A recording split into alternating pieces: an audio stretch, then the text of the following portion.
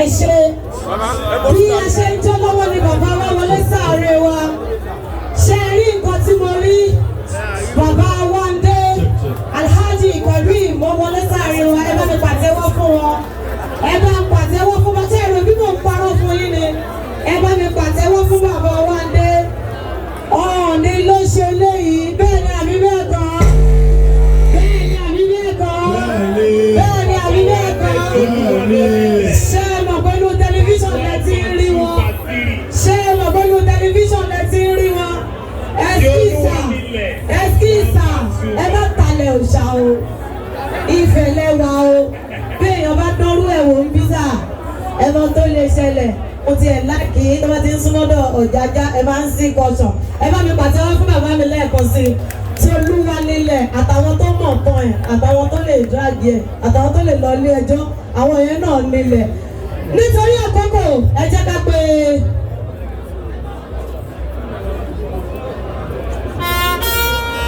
ìmọ́lẹ̀ àgbáyé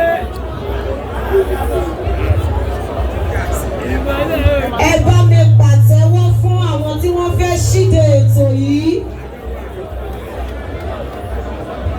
Àwọn tí wọ́n fẹ́ ṣíde ètò yìí gbogbo wa la ti gbọ́ mílíọ̀nù tí bàbá wa ti sọ fún wọn pé wọ́n máa fún wa ẹni àkọ́kọ́ tá a fẹ́ pè sórí gbàgede yìí. Àwọn ni Fẹ̀bíṣọlá cultural troupe fẹ́ pàtẹ́wọ́ fún wọn ẹ pàtẹ́wọ́ yá ìrìnlẹ̀ kọ́mọ́.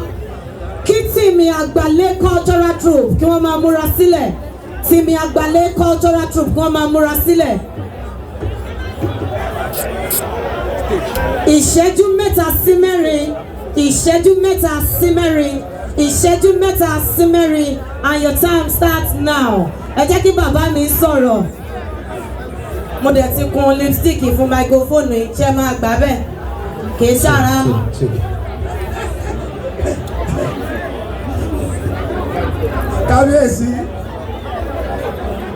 Kábíyèsí ẹ̀yin gẹ́gẹ́ lo ìsà kò sí ìkàwé báwa gẹ́gẹ́ lo. You are watching GboahTv. Kindly subscribe to our YouTube channel for more videos. Click on the subscribe button down below and the bell beside it. This will notify you once we drop a new video. Thank you. Ìsà ẹ ṣe ọ̀pọ̀lọpọ̀ láyé onídìí àṣemá. Mo kí gbogbo ẹ̀yin èèyàn pátápátá kí yóò ní jáṣe máa fún gbogbo wa gbogbo aláṣọpọ̀ ọdún. Mo kí bàbá lọ́wọ́ ẹ̀mí mo dìrì sílẹ̀ peter mo rí ẹ̀ mò ń bọ̀ mo kí bàbá lọ́wọ́ ẹ̀mí bàbá wa ó gùn fún wa. Wọ́n á pẹ́ wọ́n ní bá ìsàn ṣe wọ́n ní bá àárẹ̀ ṣe gbogbo ẹ̀ ni ó máa ṣojú gbogbo wọn. Àwa náà sọ̀pọ̀ rẹ̀ àwa tá a wá lọ́dún yìí à wà lẹ́ẹ̀mí kò ní jáde máa fún gbogbo wa. Mo kí bàbá o. Ẹ pàtẹ́wọ́ fún wọn o.